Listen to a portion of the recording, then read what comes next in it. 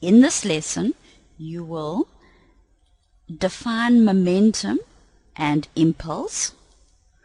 We will calculate momentum and impulse. We will calculate using the equations the quantities of force and time, mass or velocity in explosions and collisions. We will state and explain the principle of conservation of momentum, and we will state Newton's second law. We look at some key concepts in this section.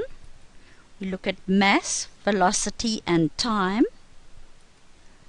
momentum, impulse, collisions and explosions, and the law of conservation of momentum. Looking at some revision, we look at velocity. First of all, velocity is a vector quantity. It has both magnitude and direction. If you look at a car and its velocity represented by the symbol v, we can take time 1 at the beginning and time 2 at the end. Initial time, final time, and the distance represented by x. This will be the displacement because it's velocity x1 to x2. We use the terminology displacement for velocity and distance for speed. If we calculate this velocity, we can see we would use the change in displacement over the change in time. Therefore, x2, final displacement, minus initial displacement, divided by final time, time 2, minus initial time, time 1. Remember that speed is a scalar quantity, and it only has magnitude but no direction. Looking at the definitions, average velocity is the rate of change of displacement, represented by this equation. V equals change in x over change in time. This is change in displacement over change in time. And a definition of instantaneous velocity is the velocity at a specific instant in time, represented by this equation, remembering that the change, which is represented by the triangle, becomes very small, and therefore we have this equation. Let's look at momentum. Momentum is the measurement of the amount of movement of an object. Momentum shows how difficult it is to stop an object, and will therefore depend on two quantities, its mass and its velocity. Let's have a look at two different balls of different masses moving at the same velocity. This ball moving at the same velocity with a small mass, this ball with the same velocity with a large mass. It will be more difficult to stop this ball. Let us examine two balls of the same masses now moving at different velocities. This ball moving at a slow velocity, and this ball with the same mass at a fast velocity. This one will be harder to stop, so therefore we can see that momentum would depend on its mass and its velocity. The definition of momentum. Momentum is the product of the mass of an object and its velocity. We represent this by momentum equal to its mass times its velocity, and it's represented by the symbol P for momentum, mass by m, and velocity by v. So your equation is momentum equals mass times velocity. The unit of momentum is the kilogram for mass and velocity meters per second. Since velocity is a vector quantity, momentum is also a vector, and remember momentum has the same direction as the velocity. Looking at challenge 1, going to do an example with momentum, calculating momentum.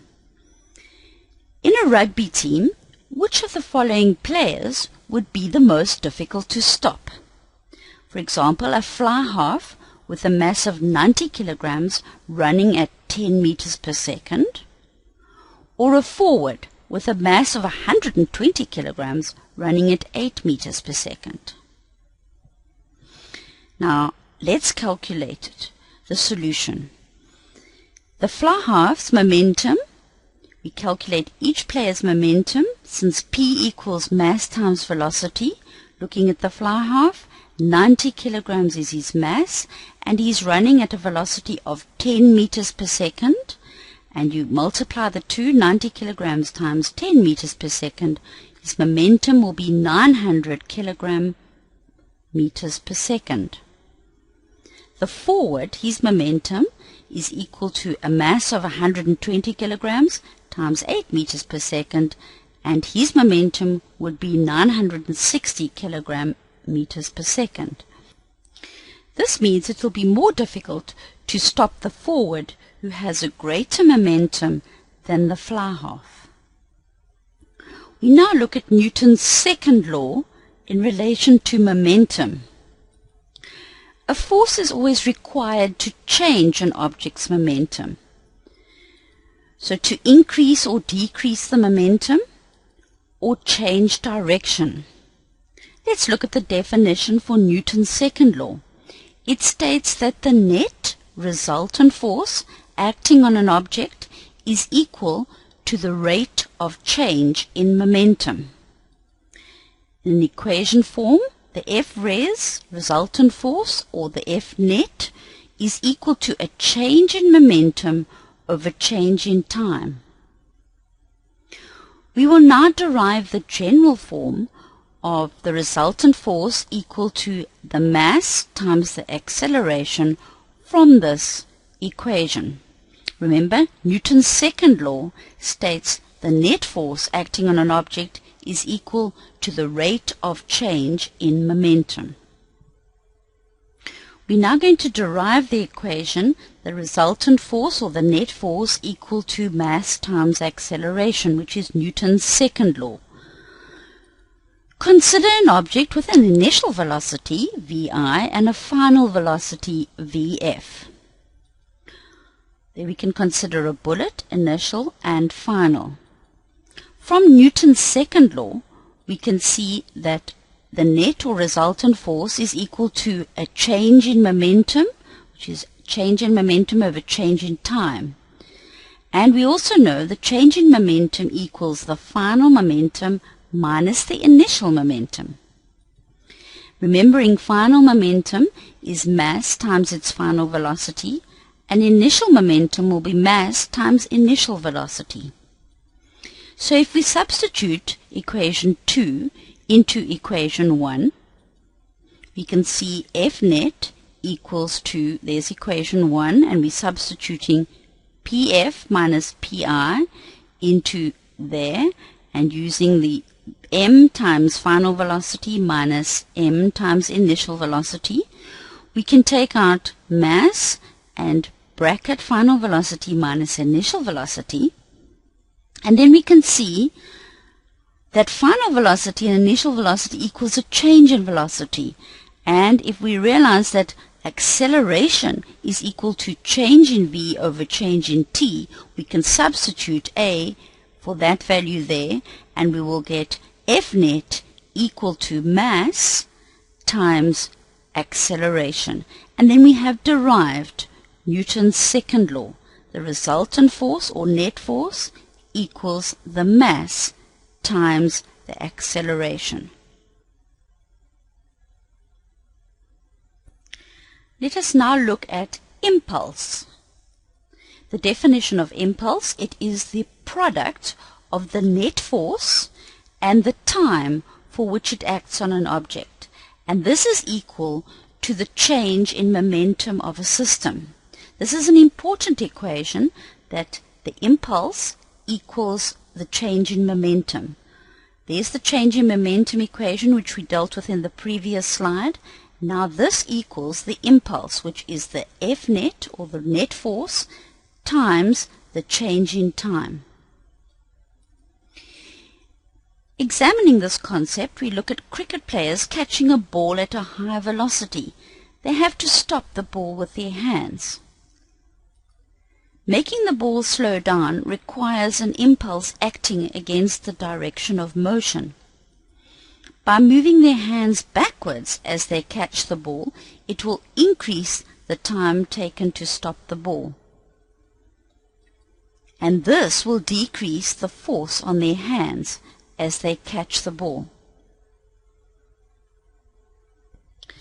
Let us examine the equations that are used in this section. Firstly, the net force equals the change in momentum over change in time. This can also be represented by the change in momentum as the mass times the final velocity minus the mass times the initial velocity divided by the change in time. This is that the net force, therefore represented by F net, equals the rate of change in momentum. One can also rearrange this equation, multiplying through by change in time, and therefore we get F net times change in time equal to the change in momentum. This equation is important because this gives us impulse equals to change in momentum. We can also represent this equation by substituting mass times final velocity minus mass times initial velocity into this equation.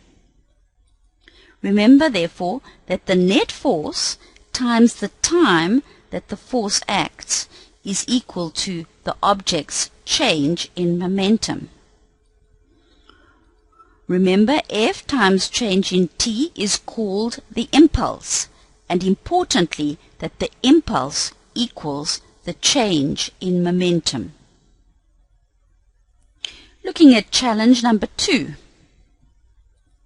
We're going to examine a car with a mass of 900 kg, which is traveling at 20 meters per second.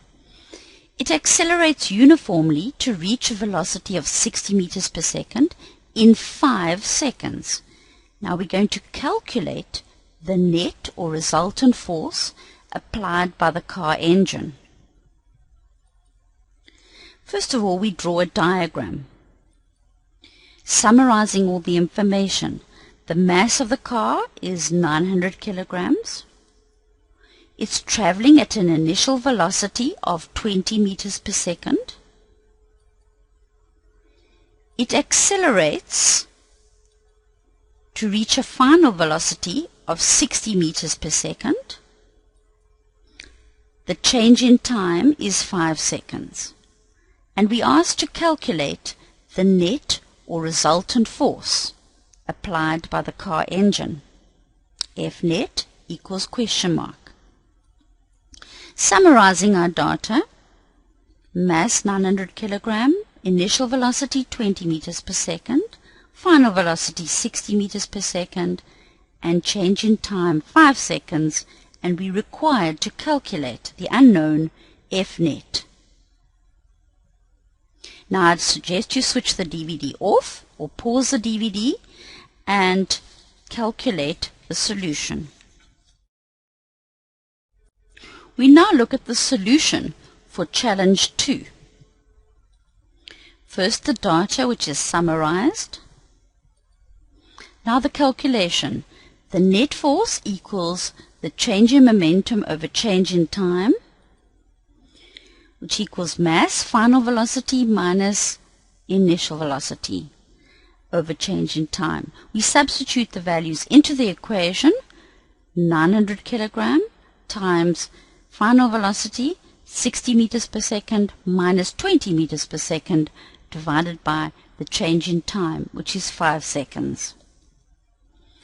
This gives us an answer of 36,000 kilogram meters per second divided by 5 seconds, which gives us 7,200 newtons in the direction of motion. That is the net force of the motor car, 7,200 newtons, using the equation of net force equals change in momentum over change in time. We're now going to look at challenge number 3. A soccer ball with a mass of 500 grams collides with a wall at 15 meters per second and bounces back with a velocity of 10 meters per second. We're firstly going to calculate the change in momentum of the ball. Then we're going to calculate what is the impulse of the wall on the ball, and calculate the magnitude of the force that the wall exerts on the ball if the collision time is 0.02 seconds. Let's represent this in a diagram. The ball advancing towards the wall and bouncing back. Let's summarize the data. The mass of the ball is 500 grams. We need to convert it into kilograms, importantly. So therefore, divide by 1,000 grams to kilograms, and we get 500 gram equals 0.5 kilogram. We see in the question the initial velocity is 15 meters per second. Initial velocity 15 meters per second, and it bounces back with a velocity of 10 meters per second. So its final velocity is 10 meters per second. Importantly, remember we're taking this direction as positive, and therefore that is a positive. This final velocity will have a negative sign, which shows it is in the opposite direction. We need to calculate the change in momentum of the ball. That's an unknown. We also need to calculate the impulse of the wall of the ball, the equation for impulse. And lastly, we need to calculate the magnitude of the force, the F net, when the time is 0.02 seconds. So change in t will be 0.02 seconds. You can pause the DVD and make sure you complete the calculation and then check the solution. Looking at challenge 3 and the solution. Question A. We choose the direction first to the right as positive, and we summarize our data. The mass of the ball being 0.5 kilogram. The initial velocity to the right is positive 15 meters per second. The final velocity, remember in the opposite direction to the left, is negative 10 meters per second, and the change in time is 0.02 seconds. We use the equation change in momentum equals impulse, which is F net, times change in t, and impulse can also be represented as mass times change in velocity. And the change in velocity is the final velocity minus the initial velocity. Now remember the signs for the velocity, and this is important. The one is positive to the right and the one to the left is negative.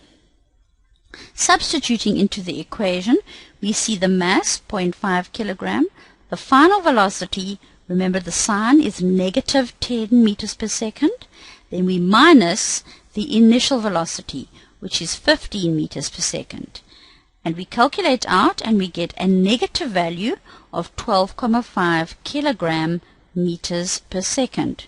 We can represent this as 12.5 kilogram meters per second to the left, because we worked out, we chose right as positive, and therefore the negative would be to the left. Part B of the calculation. Since momentum equals impulse, impulse equals F net times change in t, remember the units for impulse are Newton for the force net times seconds, which is the change in time. So your unit for impulse is a Newton second.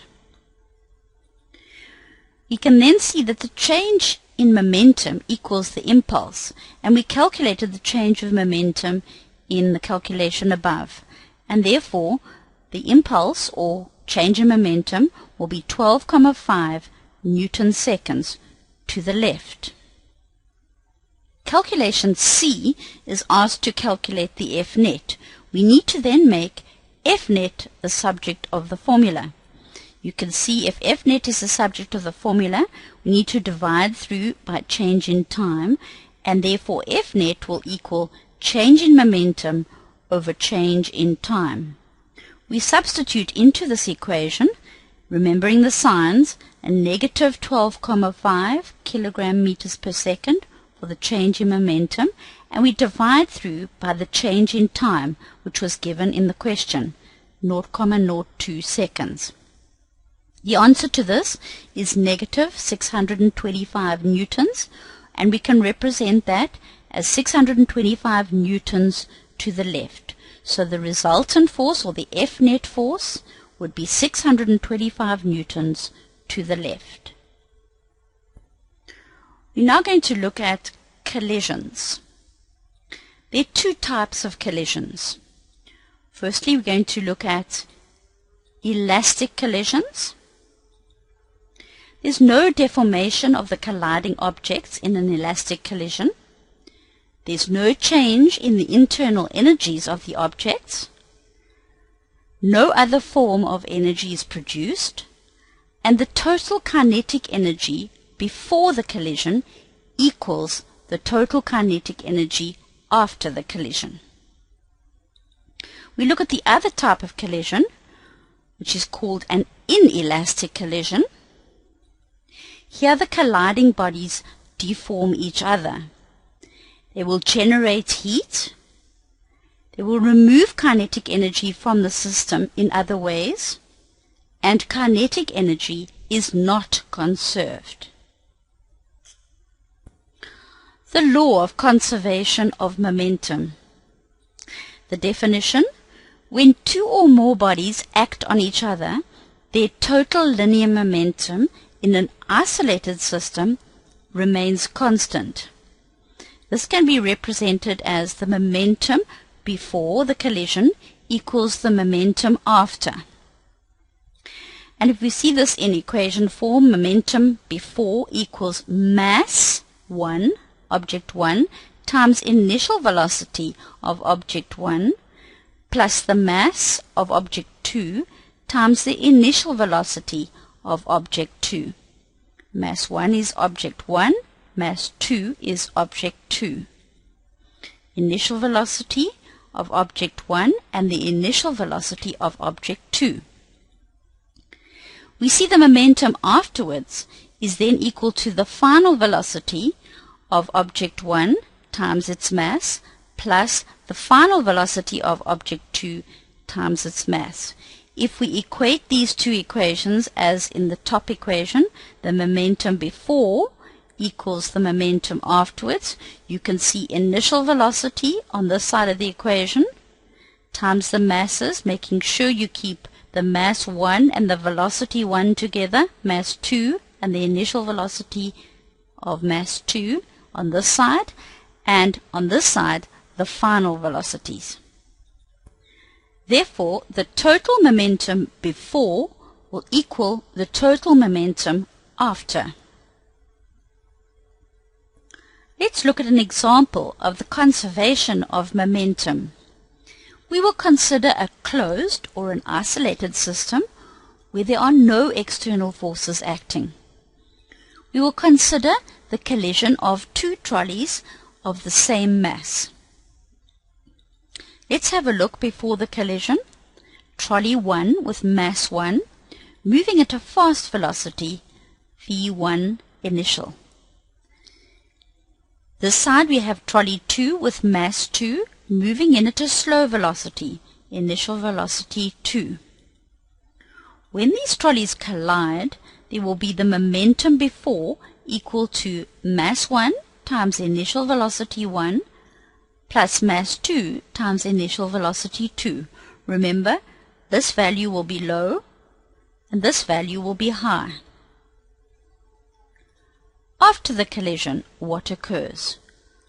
Trolley 1 with the same mass 1 will move away with a slower velocity, final velocity slow, and on this side, trolley 2 with mass 2 will move away with a fast final velocity 2. The momentum after the collision will equal mass 1, final velocity 1, plus mass 2 times final velocity 2. Remember now this value will then be a higher value, and this value will then be a lower value.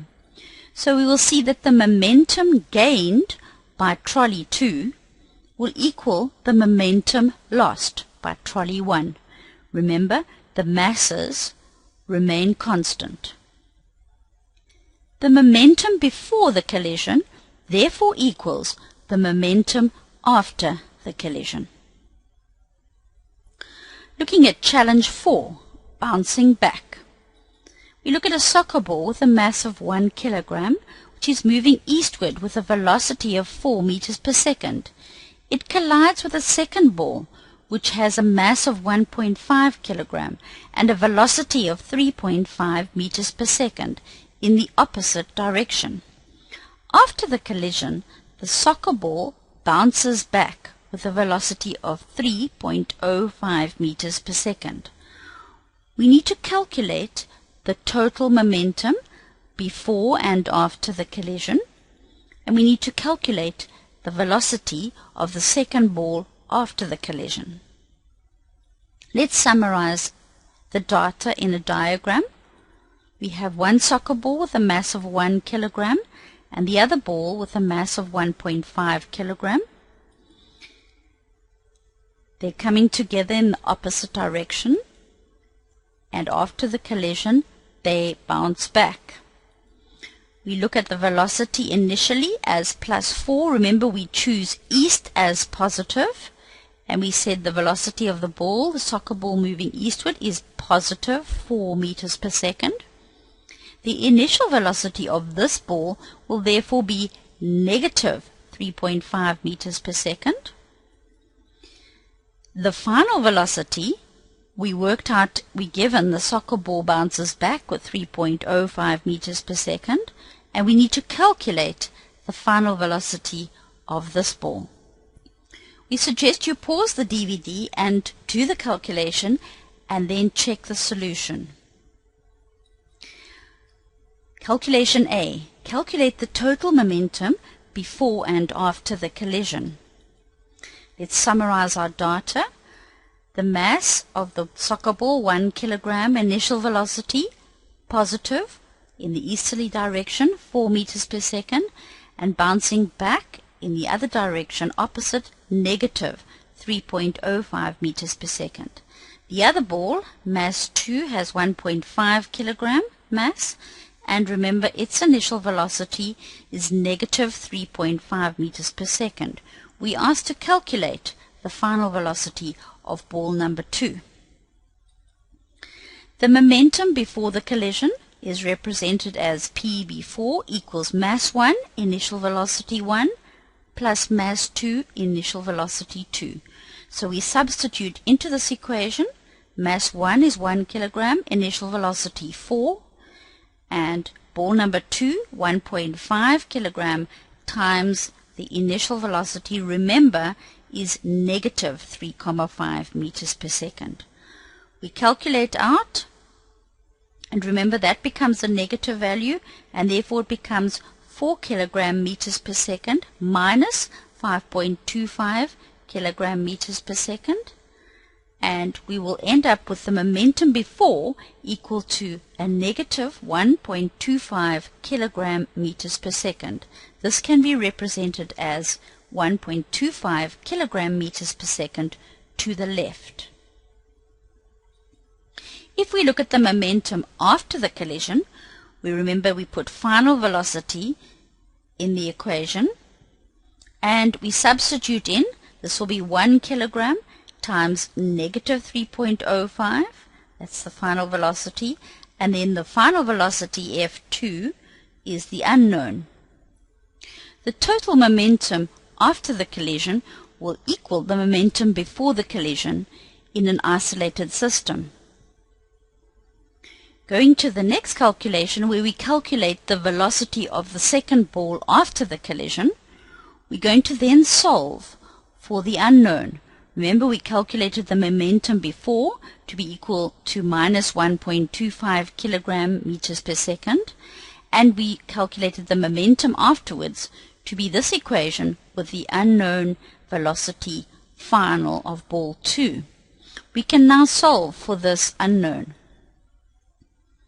Here you can see, substituting into the equation the momentum before equal to the momentum after, and solving for the unknown velocity final of ball 2.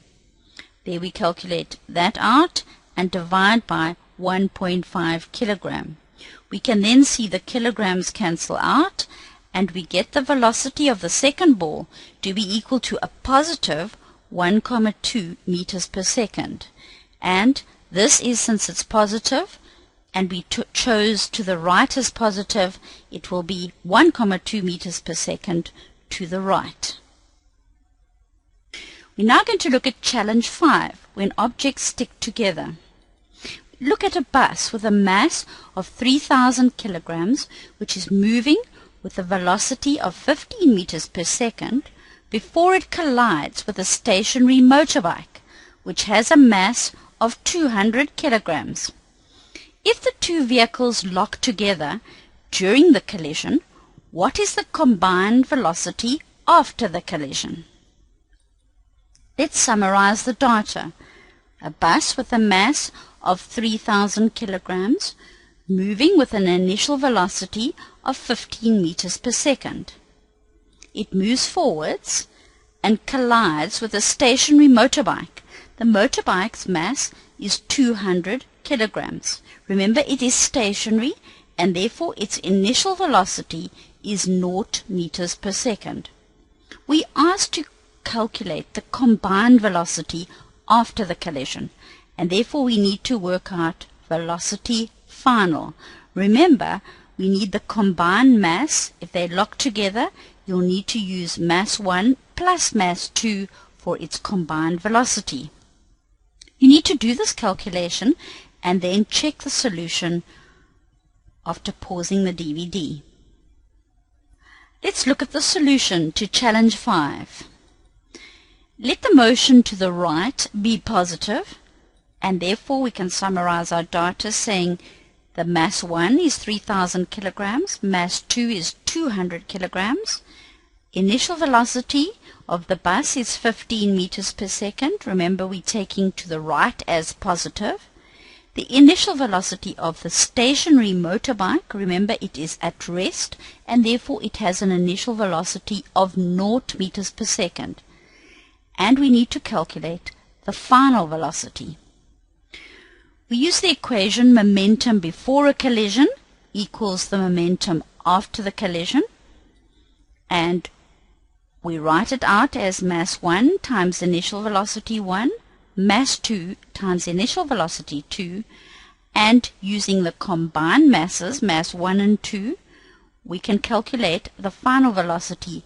This is the unknown. Let's substitute in first. That value, 3,000 kilograms times the initial velocity, plus mass 2, which is 200 kilograms, times 0 as the initial velocity. So that value will then become 0 or 0. This equals the mass 1 plus mass 2, which is 3,000 kilograms plus 200 kilograms, times the final velocity. That's the unknown. Let's multiply out, and then we solve, rearrange, making VF the subject of the formula, and we get the combined velocity to be equal to 14.06 meters per second. And remember, since it's a positive value and we let motion to the right be positive, it will be to the right. We're going to look briefly at explosions. In an example where a rifle is fired and there is an explosion, the total momentum before is 0, and the total momentum afterwards is 0. Remember, the total momentum after the explosion is still zero, but also remember that the recoil of the rifle is in the opposite direction to the motion of the bullet. We're now going to look at road safety and the implications of momentum and inertia in everyday activities, for example, when traveling in a motor car. Car designers use certain safety features to protect the passengers. We can see, for instance, in seat belts, which can withstand a force of 40,000 newtons, and they stop the forward movement of the passenger caused by inertia when the car stops. Another example are the airbags, which inflate and therefore halt the forward motion of the passenger. Another example is that the engine is directed downwards, and therefore in the event of a collision it will not be pushed into the passenger cell. It's important to remember that the stopping distance consists of a thinking distance and then a braking distance, and therefore you need to keep very alert and brake in time. You need to keep a 2-second gap between you and the car ahead, and remember, it's illegal to drive under the influence of alcohol or drugs. To complete this lesson, we're going to look at a summary of the equations. Momentum equals mass times velocity.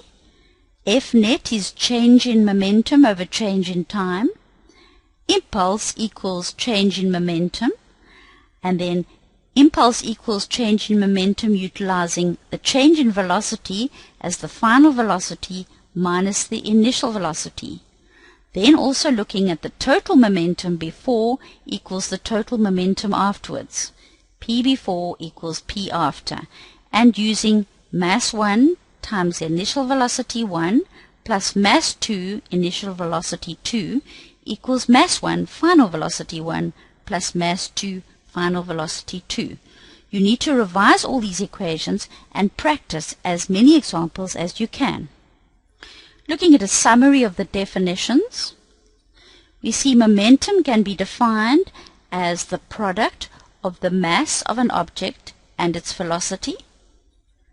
Impulse can be defined as the product of the net force and the time for which it acts on an object, and is equal to the change in momentum of a system.